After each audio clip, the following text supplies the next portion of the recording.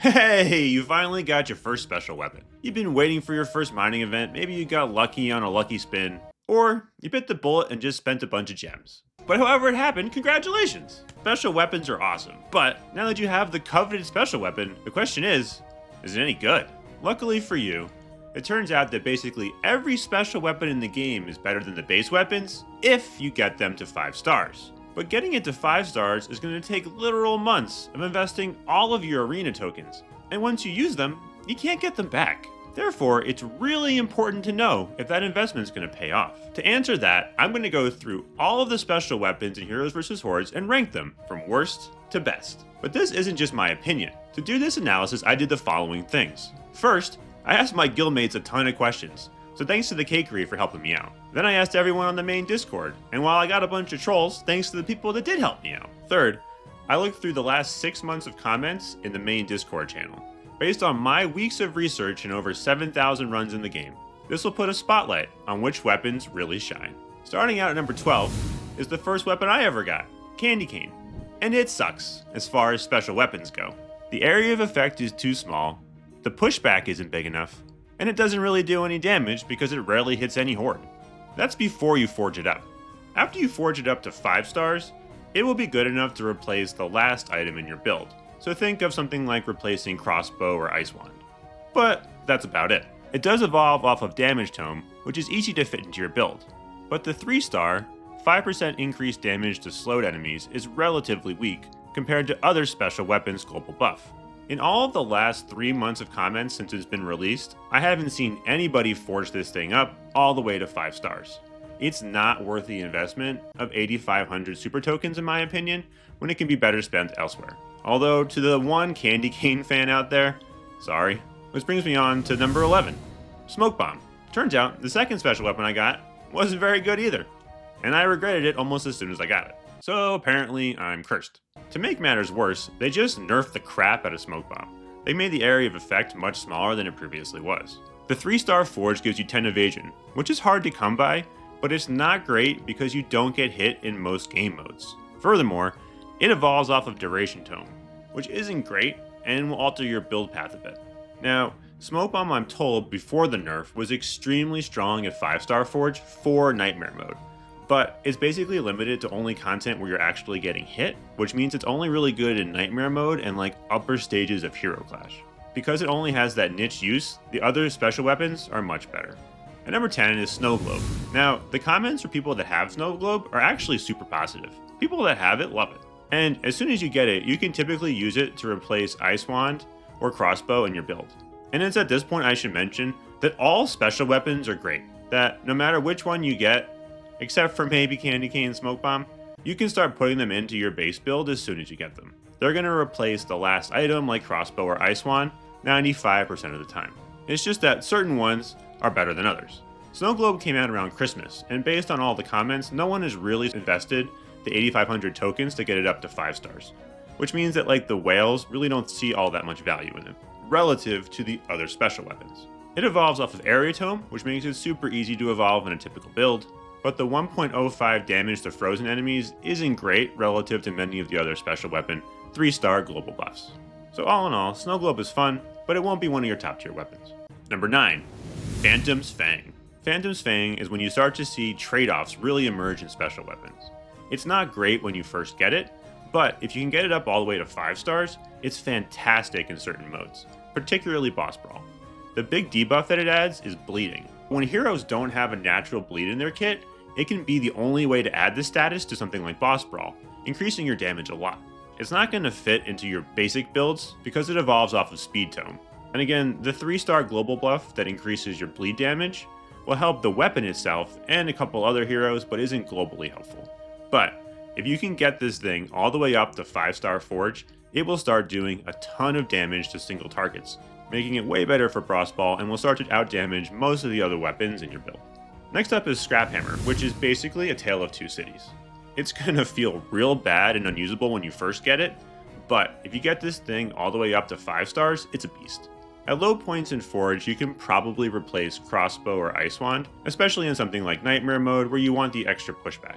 But it evolves from Speed Tome, and so you'll have to adjust your build a bit. However, Everyone in Discord and my guild said that if you can get it up to 5 stars, it truly shines. Unlike other weapons in the Forge, all 5 levels of the Forge apply to the base before you evolve it. Therefore, as soon as you add 1 point into your build, the weapon becomes super powerful. And for content like Nightmare Mode, that helps a lot. The problem is, just getting it all the way up to 5 stars is going to take a while. Its 3-star Forge will help you along the way, as it offers one of the best global buffs at a 1.05 increase to damage across the board. So, it's going to feel real bad when you get it, but it's going to feel fantastic when you forge it up. And now we're making the jump into the big boys.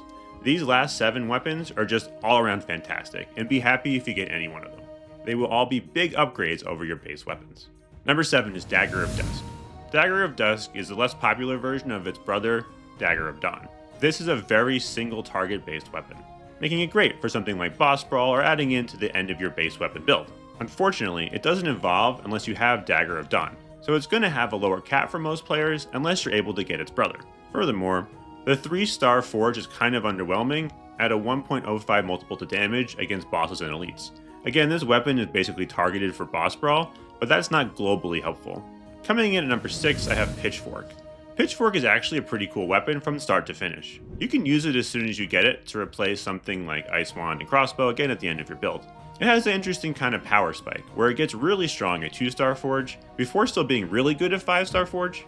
However, as you start to collect all of the special weapons, if you're in the late game, then Pitchfork might fall down in your priority. The weapons higher on this list will do more damage than it and be generally more helpful, but if you're early in the Heroes vs Hordes grind, be happy that you got Pitchfork. Its biggest weakness is that it evolves off of Duration Tome, and the 3-star Forge is only a 1.05 multiple to damage against stunned enemies, and most heroes can't really stun enemies. Next up at number 5, I have Lantern, and Lantern is a lot of fun to talk about. Basically, everybody everywhere agrees that as soon as you get Lantern, it's awful. You cannot use it. But everyone also agrees that if you get it up to 5 stars, it will be the single highest damage item in your build. Think of it as like the Scrap Hammer on steroids or the Warlord of weapons. If you put all of your investment into this thing, it will pay off dramatically. And in my opinion, is a really good example of weapon design, where you have to understand that there are going to be trade-offs. You're going to put a lot of tokens into this thing, but those trade-offs are worth it. And that's what you want. Meaningful decisions. Lantern evolves off of Duration Tome, and the 3-star global buff isn't great, in a 2.5% multiple to magic damage. So, if you ever get Lantern, know that it's going to feel really bad when you get it, but when you get that thing all the way forged up, it's going to feel great. Now we're getting into some of the big boys. And a tie for number 3 is Dagger of Dawn. Dagger of Dawn's a fun weapon to try to understand. It shoots rays of light out around the hero, and everybody agrees that it's great before you evolve it. The problem is that it evolves off of its brother, Dagger of Dusk, as we talked about earlier. So in order to get this thing all the way capped out, you're going to need to have that other special weapon. But if you have both of them, and you evolve them, it really caps out at a massive amount of damage. So my personal recommendation is get Dagger of Dawn first, and forge it up, and it'll be a great addition to your weapon rotation. At the other tie for 3rd place is Lotus Pike. Now you can think of Lotus Pike as an even better version of Pitchfork. As is the case with most of these special weapons, everyone that has Lotus Pike really likes it. It does a ton of damage right away, and it evolves off of Duplicator Tome, making it super easy to add to all of your builds. And the reason why people like it so much is that this whole weapon is based around critical strike and increasing your critical strike damage. The 3-star Forge in particular offers plus 5 percentage points increase to your critical strike chance. But because the cone of damage can be relatively small, it's really good in something like Boss Brawl, where all 5 forges impact the base Lotus Pike, and it allows you to do a ton of damage to the boss. So it's an all-around great weapon, can be built into any one of your core builds, and is good in almost any mode. Coming in at number 2 is Dynamite Slingshot. Dynamite Slingshot is a sleeper number 2. It's one of the few weapons in the game to offer Expose. Expose at 2-star Forge increases damage from all sources by 10%, making it a giant increase in your overall DPS. As you continue to forge it up, its 3-star Forge offers a 2.5% multiple to damage, before getting a massive damage boost at 4-star Forge. Furthermore, it evolves off a Duplicator Tome, again super core to most builds. And at 5-star Forge, the evolution either gives you even a bigger spike in damage, or a great disruption for something like Nightmare Mode. And while the 0-star Forge might not be the best, getting into that 2-star Forge for Expose gives you an immense payoff, and allows it to be core to basically every future build. And now, easily taking the top spot as the best special weapon from every form of the analysis that I did was the Mighty Borer. Every comment that I read, everything that people said in my guild, and even my own personal gameplay over the last couple weeks of getting it, have made me believe this is a truly fantastic weapon. It's great as soon as you get it, it's great as you forge it up, and it's great when you fully forge it up. Each additional forge level will give you more damage. The 3-star forge adds a global 2.5% multi-bolted damage, which is about the average one for special weapons. And then the 4-star forge is a huge buff. It gives a slow not only to the evolution, but also to the base weapon. That slow is immensely valuable in every game mode. And to make things even better, when you get it to 5-star, it basically doubles the damage of the weapon, making it one of the best weapons in the game.